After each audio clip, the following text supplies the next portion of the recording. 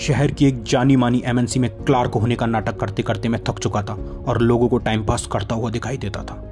इतने में अचानक से बॉस का फोन आया और उन्होंने मुझे मिलने के लिए अलास्का के घने जंगलों में बुलाया। वो जगह इतनी खूबसूरत थी कि मैं समझ चुका था कि बॉस कहीं आसपास ही होंगे। उसके बाद एक सीक्रेट अड्डे पर हमारी मीटिंग हुई। बालकनी से पूरा शहर हमें दिखाई दे रहा था।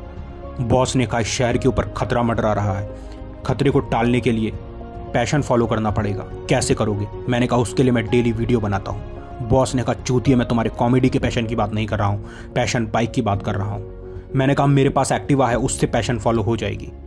उसके बाद मैंने फॉलो किया और एक ऐसी दुकान पर पहुंचा जिसके ऊपर हबीब लिखा हुआ था और सामने 3 लोग बैठे हुए थे। मैंने सोचा यहीं से शुरू करते हैं, इन तीनों में पक्का कोई हबीब होगा। लेकिन जब मैंने उनके नाम पूछे, एक का नाम सलमान था, एक का शाहरुख, एक का आमिर। ये सुनकर मैंने कहा यहाँ क्यों बैठे हुए, कोई ढंग की पिक्चर बनाओ। मेरा ये जोक उन्हें कुछ खास पसंद नहीं आया और तीनों ने मिलकर मुझे पेल दिया। मैं इस हमले के लिए तैयार नहीं था। अब मेरी शरीर की हड्डी हड्डी में दर्द हो रहा था। दर्द मिटाने के लिए मैं एक दर्दनाशक दुकान पर गया और वहाँ मैंने अच्छे से मसाज करवाई।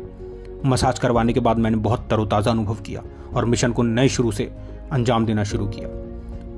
मैंने चारों तरफ नज़रें दिखाई और एक आदमी पे मुझे शक हुआ जो चटाई बेचने का नाटक कर रहा था। मैं उसे दबोचने वाला था, इतने में एक आंटी आई और उससे बोली, मैं 2 साल से तुम्हारी चटाई पर योगा कर रही हूँ, फिर भी पतली नहीं हो रही हूँ, क्या बकवास चटाई है। मैं आदमी को पेल पाता, इससे पहले आंटी ने ही उसे पेल दिया। मैंने कहा ये क्या अपराधी बनेगा।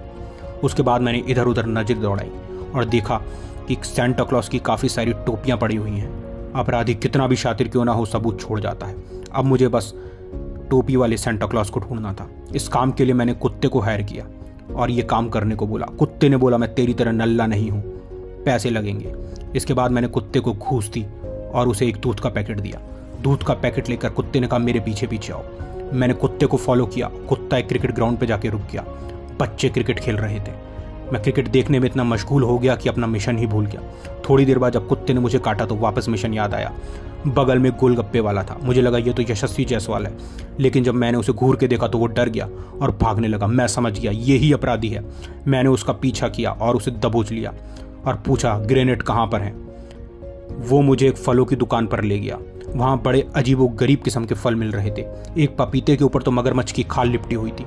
मैंने पूछा ये कौन सा फल है।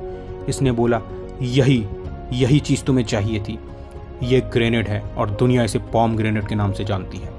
मैंने सारे ग्रेनेड बरामद किए और उन अपराधियों को एक दुकान के अंदर ले जाकर बंद कर दिया और शहर के एक खाली मैदान में सारे बम फोड़ दिए। शहर वालों ने अपनी दिवाली मना ली और मैंने शहर को खतरे से बचा लिया और इस तरीके से मिशन सक्सेसफुल हुआ। मिलते हैं अगले मिशन में। बाय।